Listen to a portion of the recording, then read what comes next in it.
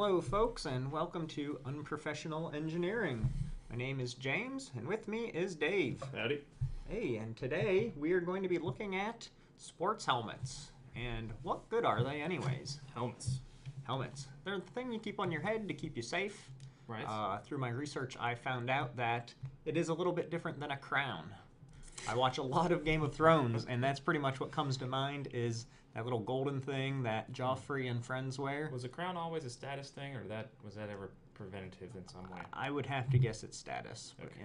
why not? Gold, not the strongest of metals. Not real strong, especially if it's all sorts of gold, not like the stuff that I have, which is very low percentage. Okay, so if not gold, what were they wearing?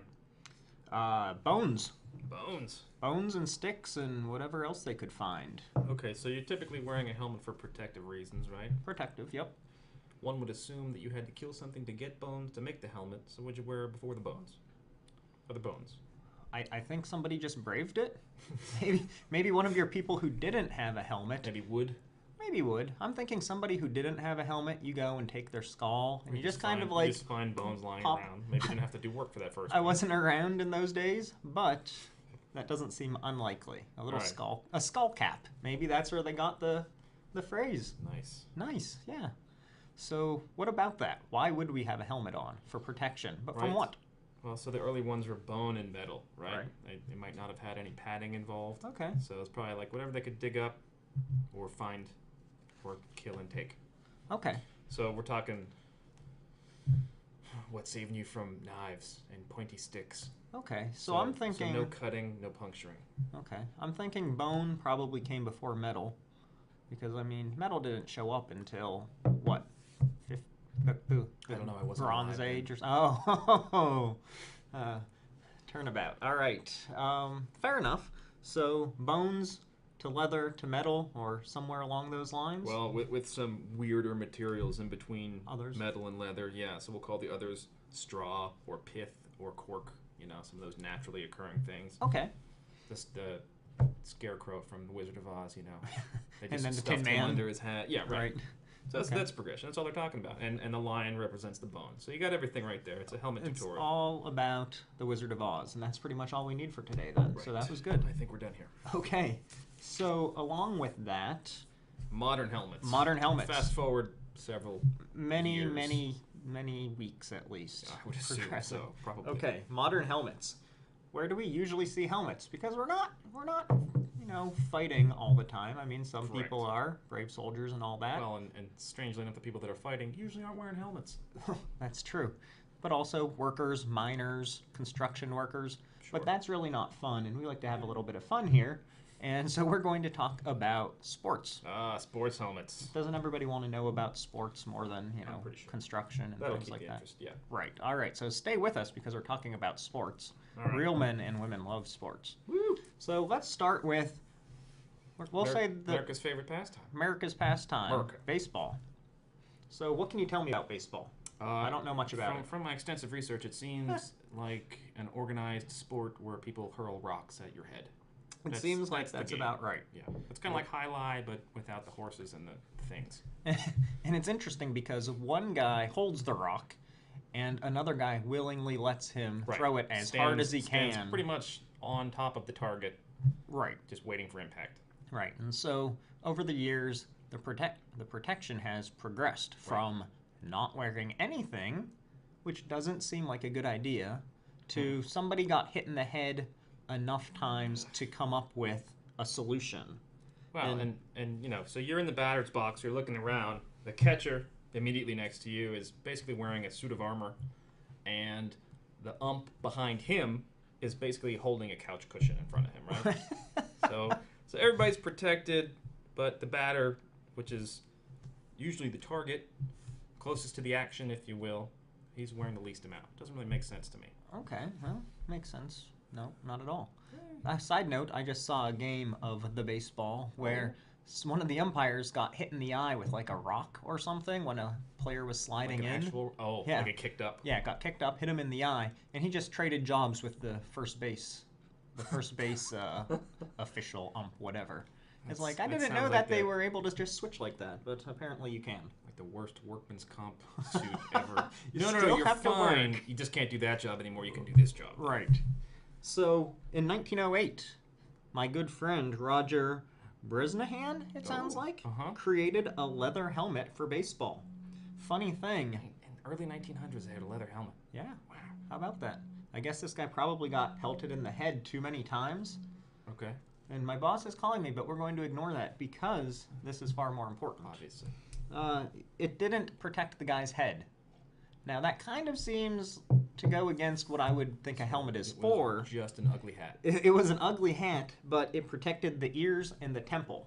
So, I mean, maybe part of what we would consider the head, but it's not like it was protecting the crown of the head. It was like more side for impact. Right, for when you get that ball thrown at you. Sure. Well, because your ear is facing the pitcher, right? Right. So that it sounds more like a headband to me. So the ball didn't box your ears, basically. Right. Got it. That is correct. So there were a few other attempts at helmets throughout the years.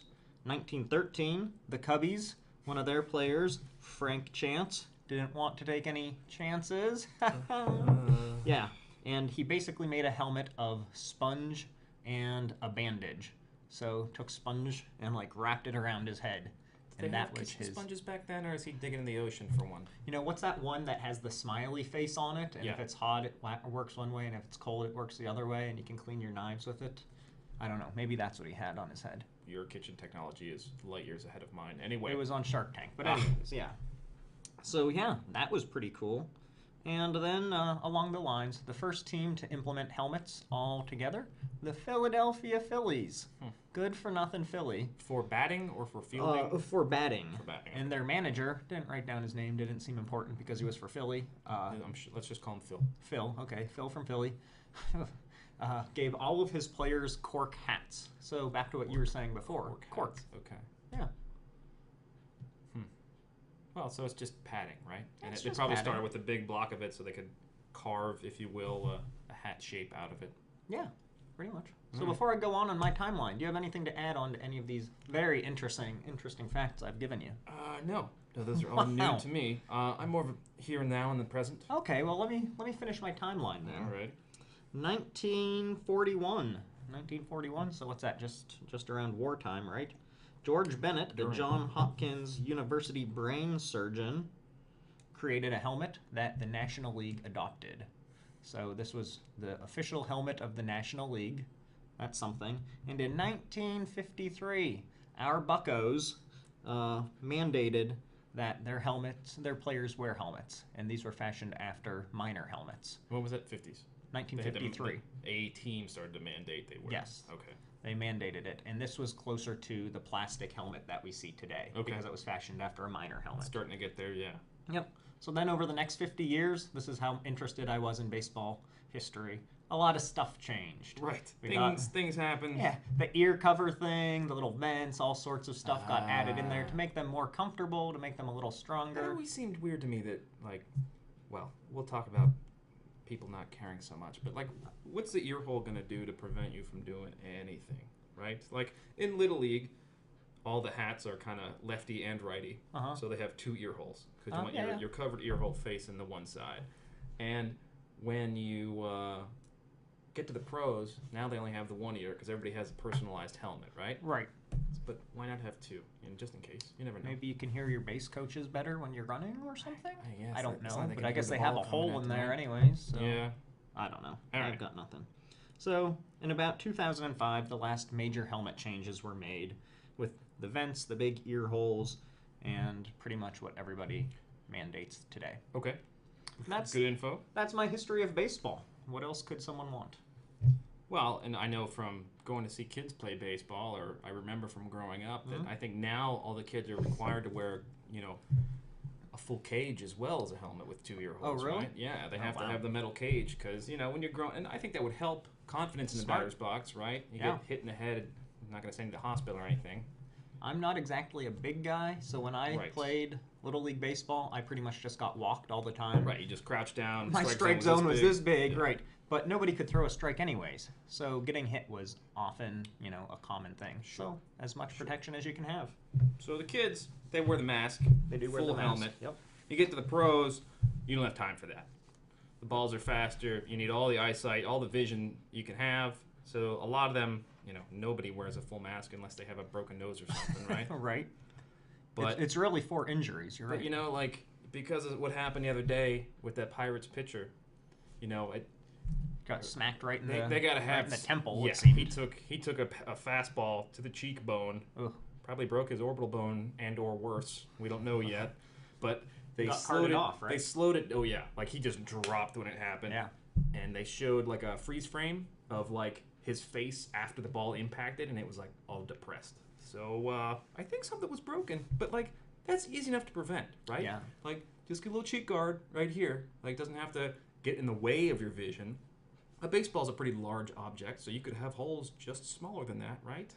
I don't understand how much it could prevent their ability to hit the ball and move around and stuff like that. I think it might be in some sports tradition, and in some sports, I'm a man, so Right. I don't do that. Right. But in baseball, a lot of them will have ankle protectors or elbow protectors on Right? on the damaged side. Baseball looks like half the guys are bionic when they're up to bat. Right. Yeah. And then they trot to first base and they start stripping, right? Right, Everything yeah. comes off. They trade their helmets. So, I mean, I don't think it'd be a big deal to have some kind of face shield a little bit, right? Yeah, At I least a wouldn't little bit think so more either. duck out the way. I know in like hockey they say that it's harder to find the puck as it's moving around. Right. But if But if everybody has the pitch same for the Pirates same pitcher, advantage or disadvantage, right? Right. So hockey. Let's progress Let's now. go into hockey. You're On to right. hockey. If baseball was throwing rocks at your head, hockey's whipping rocks at your head with a stick, and also you're kind of allowed to hit other people with your bodies. right, all that leverage making it hurt even more. We're right? just building violence at Oh, this point. gosh. That's fine. And again, the college players, like kids up through college, are required to wear a hockey helmet, which is really nothing, and a full cage. right. And so And when they so why is that? So youth hockey, high school, and college all require helmet and mask. Right. Full cage. Well, think of this. Not This is where the money is, right? well, I don't know. I've seen a lot of them smile, and that's probably not true. We have your eyes and your nose, and there's a lot of stuff up there that likes to break when it gets whacked with something like a baseball or a hockey Sure. puck. And it makes sense that they're wearing them. But then why, when we go to the pros, do we not even need a visor most of the time? Well, having never played hockey, Well. I don't have a great idea. But they were interviewing that guy during the series now, and he got hit in the lip during warm-ups, of all things, and needed stitches. And to stay in the game, because the stitches were fresh, I guess, they made him wear a mask, a full cage, a metal cage, just like a football face Sure. mask. And he was complaining about it right away, and some of the announcers were chiming in, adding to that, saying, yeah, you can't see the puck at your feet, it's hard to get a bead on the puck. And so then he swapped halfway through the game to a full clear shield, right? Okay. And the downside of those, anybody's ever skied, is they might fog up. They fog up, they get But- wet, right? You got to think that with the right amount of ventilation, or even active ventilation, like put a fan in there or something, right? Something. There's got to be a way to fix that. Right. But So, some interesting history of the hockey helmet? go. Go. All right. 1928. This is really funny, I think, the next two. 1928, All right. the first player to wear a hockey helmet. Okay, All that's right. fine. 1930, the first goalie to wear a hockey helmet. Wow. So you're telling me the first guy to put on a helmet wasn't the one who's constantly getting the puck Well, that slapped just in meant his that face. early goalies were really, really good. Really good, Right. or really stupid, Well, and certainly really ugly with all the pucks they take to the face. that's the dog and the rabbit Oh my analogy, though, gosh. right? Like, sure, the dog is fast and he's running to eat, but the rabbit's fast because he's running for his life, right? So the goalie not wearing a helmet because he's trying to save his face with his hand. If you say so. So anyways, 36 leather helmets were more common, so kind of following along in those same trends. 73, I skip ahead again here. The first visors were worn. In 73. 73. Okay. Or were they In the NHL. plastic, I assume? Yeah, I assume a plastic. Okay. 79, they made some sort of law that that helmets were going to become mandatory in the NHL. Oh, wow. Even by then, they So- weren't required. Late. And then, I don't know what happened with this. Maybe if you were in the league, you were grandfathered into playing however you want. 1996, the last guy plays without a helmet. The St. Louis Blues captain, Craig McTavish. 1996. I was what, 14 then? And they were still not all wearing helmets. That's absurd. Well, just in the past handful of games in the playoffs here, one of the bad guys got hurt during warm-ups, and one of our guys got hurt during warm-ups because they weren't even wearing their helmet to warm up. Yeah. They're just stupid. That's all Well, there is and to like warm-ups, it's just a dozen people shooting the puck at the same time, right? Yeah, and at the same net. So unless you're going up there for some reason. Yeah. And then in 06, the visor was made mandatory. So at least in the juniors. Oh, okay. Not in the minors, I was going to say in the minor leagues. Yeah, not in NHL. They're allowed to just do whatever they want and be animals and cross-check each other, punch each other in the face, be encouraged to do such things. I think everybody has a visor on the Pens now, but I know last year there were 2 players that did not. And that baffled me. Especially after what happened in like the 09 playoffs with Malone. Does Mata have one? Yeah, I think He so. does? Okay. He's like 12, I assume. Well, he's always hurt anyways, so he doesn't really need one. There is that. All right. Any more info on hockey? Just the hockey players are very much more man than me. Absolutely. Because Malone, back in the, I think it was 2009 playoffs, right? Ugh, when we were And when we were he good. was a visorless guy. And, he blocked a shot He with took his a beating. He blocked a shot with his face. We all appreciate that. But, broke his nose quite severely. But he was a hockey player, so he suited back up a couple games later. Right. And I think maybe he had like the eye visor after that. But like, same scenario. He blocks another puck with his face. Like, just worst thing ever. Like, if that happens to me, I'm thinking or trying to make it happen anywhere else. Not there. Yeah. But in the post-game interview, they asked him, they're like, oh man, what'd you think about that coming at your face? In the exact same spot, second time. Puck coming at your face, what are you going to do? And he's like, oh, well, I was hoping it would hit me right in the same spot because it was already broken. Like, that kind of mentality is why these guys aren't wearing helmets. It's why they're not wearing full masks. It's, that kind of stuff. It's just crazy. Maybe this is why we Crazy would to me. never play a professional sport. Right, that's why I sit at a desk for 8 hours a day. Correct. Other than the complete lack of athletic ability, we don't have the let me get hit in the same spot twice in us. So, yeah, let's move on to a sport that we played. We did not play this unless you count the backyard, and that would be Turkey Bowl? football. I play Turkey Bowl still. I'm only 34, and out of shape. But yeah, Turkey Bowl, great. Football. So football. You want to start off, or do you want me to go through history and you can chime in? Go right ahead. Awesome. All right. Circa 1903, football helmet was created, a leather one, and we've all seen the old leather football helmet. What was it made for? Protecting your head, right? No, it was made to prevent cauliflower ear. Like your wrestler friends, or if you were a wrestler, you got drug across that mat and your ear's all disgusting. In wrestling, is it still called a helmet? I don't know what that thing's called. Like it's just Like it looks wearing like a bra on their earmuffs, head, right? right? A bra Yeah. on your head, sure. But it was to prevent cauliflower ear. So Okay. I guess you're getting drug around the turf. So that's fine. Well, there could be scrums, that kind of thing, too. This helmet was so flimsy and pretty much useless that the player could fold it up and put it into their pocket. That's how little padding there was involved in this thing. Yeah. So by 1930s, they started using a hardened leather, which is probably the same kind of thing they were using in hockey around the same time. It makes sense to me. Okay. And fun fact, in the 1940s, teams began placing colored logos on their helmets. The leather ones? The leather ones, Okay. yep. The first team to do that, the Los Angeles Rams, who, I guess they're not the Los Angeles Haven't been the Los Angeles in a while, Rams yeah. for a while. Back and forth they go. The only team who still doesn't have it on their helmet, Browns? wow, very good, Cleveland Browns. Just another thing they don't have. What would a logo of the Browns be? It's just a word. A big L. Yeah, just a big circle. Look at the Browns. How many championships do you win? 0. They'd be sponsored by Crayola. Get that figured out. So in the 50s, leather helmets phased out. In come the plastic helmets. Sweet. Okay. Keeping us safe. In 1953, the first face mask was implemented. Was that just a single bar? The single bar to protect your jaw. Oh. Make sense? I mean, kind of.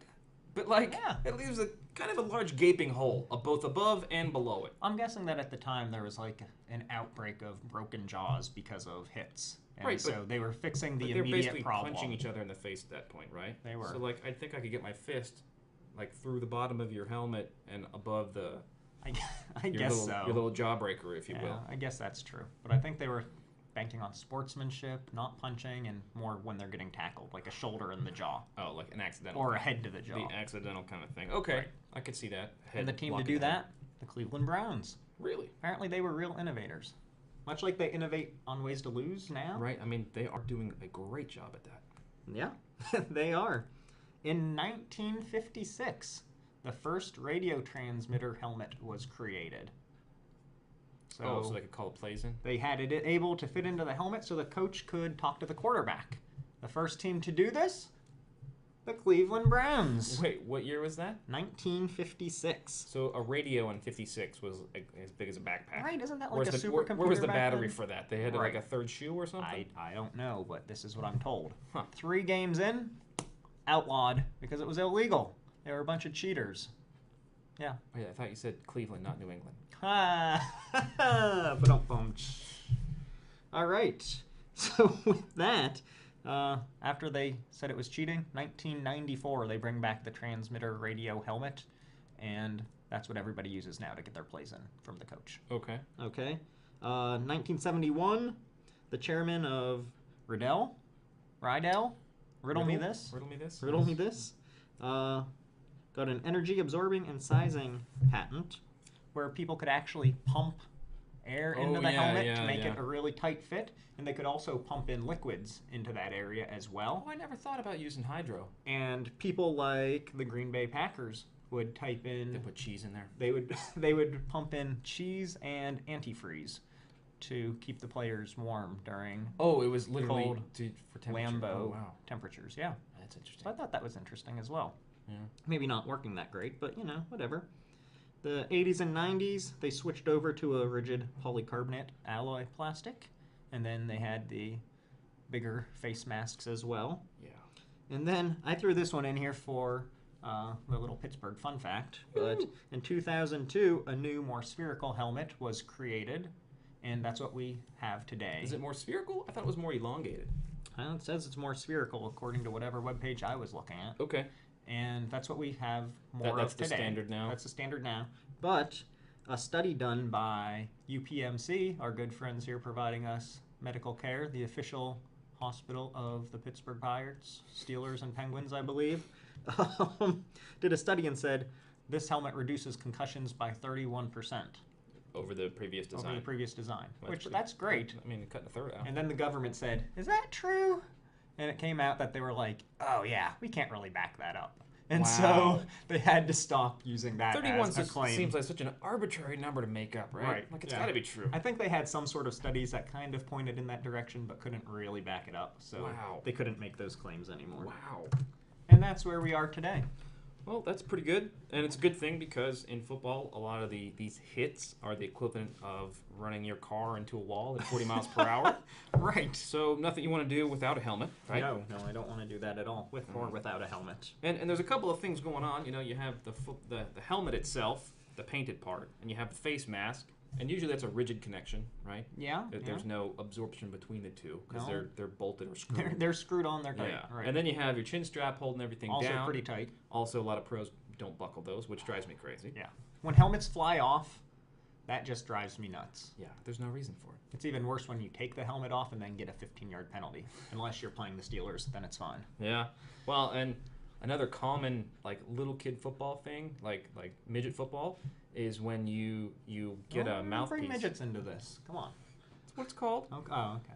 It's like Little League, only it's called midget football. Okay. So you get the mouthpiece, and you would attach the other end to the face mask. Okay. So when yeah. it falls out of your mouth or you Sure. spit it out, it just hangs there, so you don't lose it, right? The downside is if you got hit hard enough that your face mask went up, it would rip that thing out of your mouth. Yeah. So I remember actually having like a fancy one in high school that still had a tether, but it had like a pressure fit. So if you yanked on it hard enough, it would snapped just out. The tether would detach. It's like when you're on a treadmill and you're fat. Yeah, and that's fall exactly off, what it turns was it off, like. right? Yeah. Okay. So but all those things in succession are working to prevent or stop concussions or head Sure. injuries or brain injuries, right? Because I'm a very technical medical person, obviously. Clearly. So my head and my brain are like an egg, right? My skull is the I shell. disagree with that. My brain is sloshing around like the yolk, and there's some white in there sloshing, Okay. right? There's something suspending that. So when I get hit in the head from another football player, the primary concern is don't break my shell, because then my egg will fall out, right? Nobody wants that. And so that's why we have the hard plastics on the outside to prevent that. And then secondary concern is I don't want my yolk to slosh around or smack into the inside of the shell, which is what causes concussions, right? So No scrambled eggs, is no, what you're saying. You are correct. Okay. So we don't want that. And then my favorite thing when that happened in football in high school is our trainer would come over to you and say a color, a shape, and a noun. And at the end of his 10 or minute whatever, assessment of you after that big hit, he would ask you those 3 words. And if you remembered them, you were okay to go back in. But if you forgot, then you had to sit out.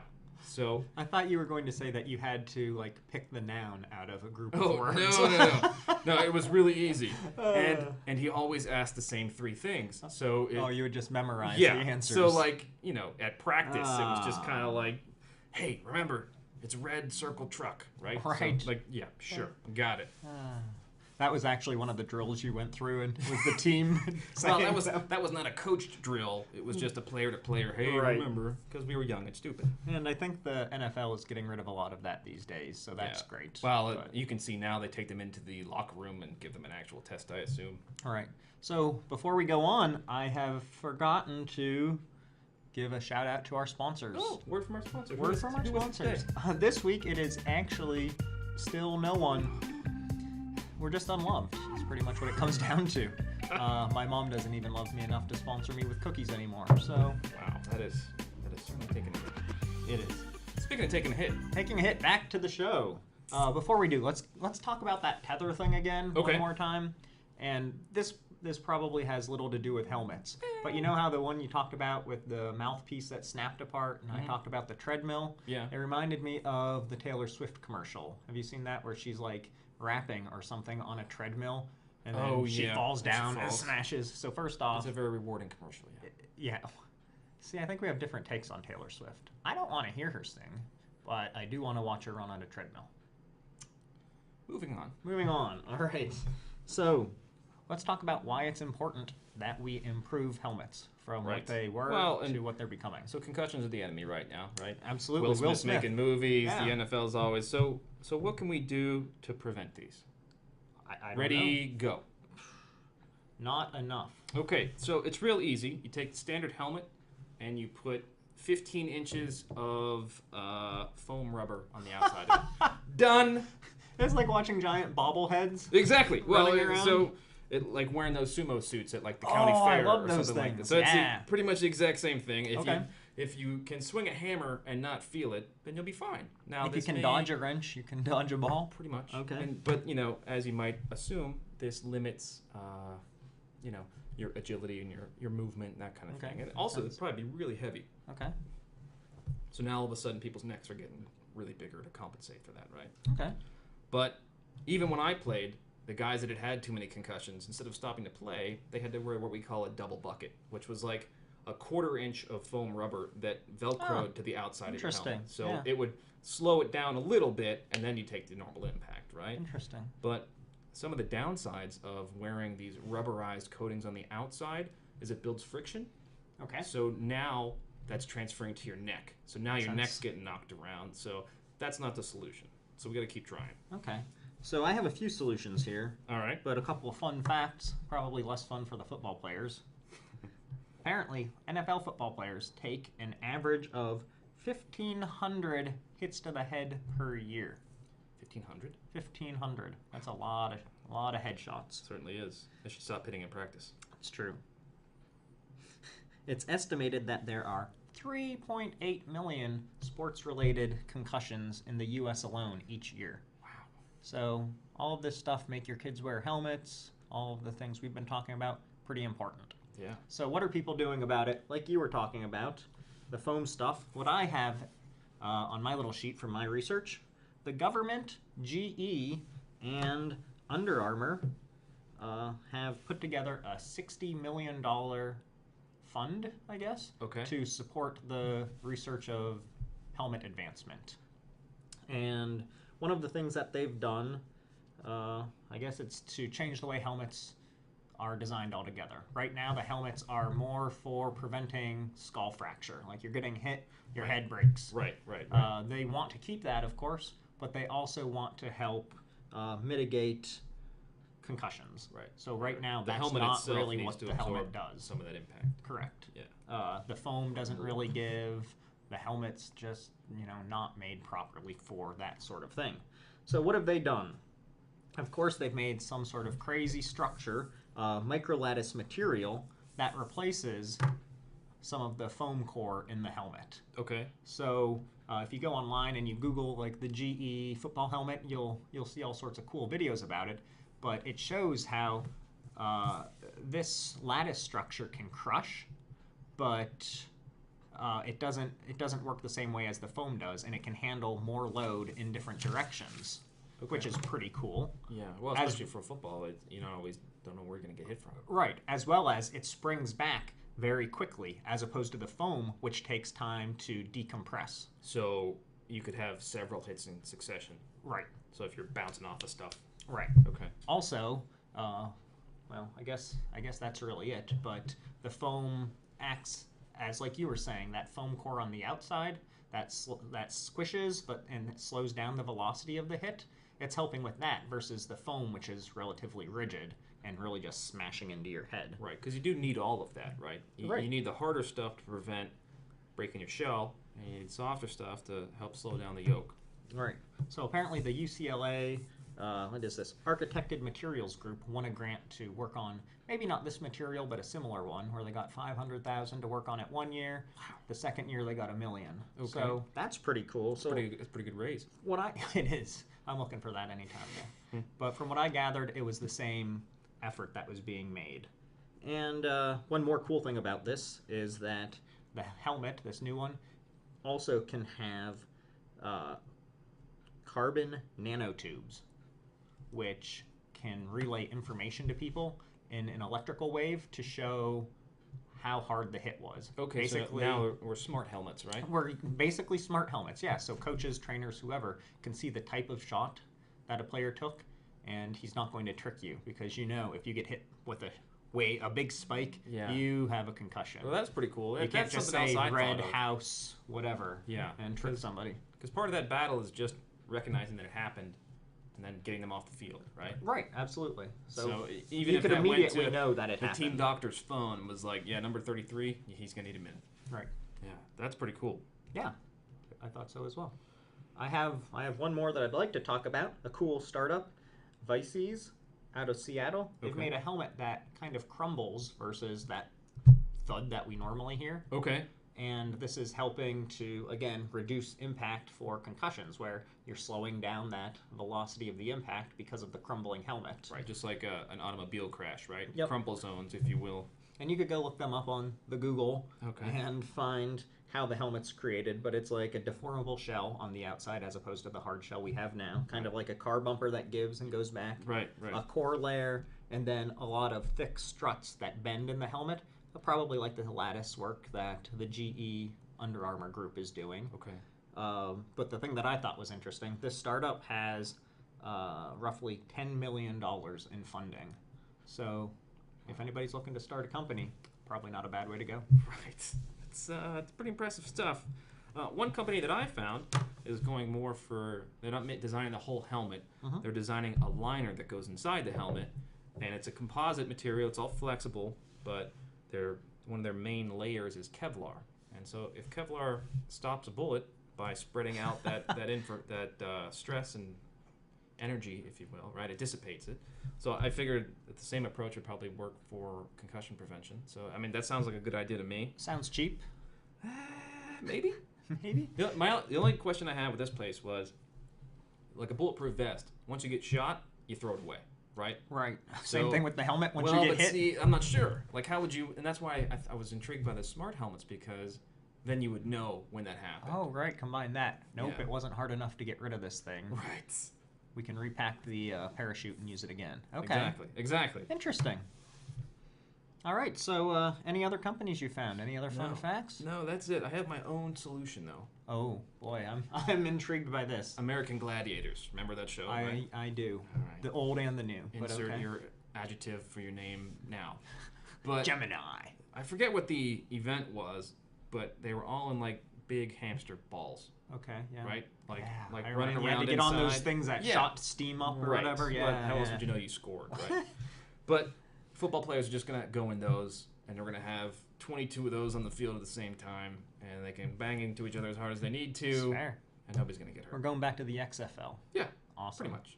Vince McMahon would love your solution. So basically, just put your children in bubbles, and they'll be fine. I agree with that.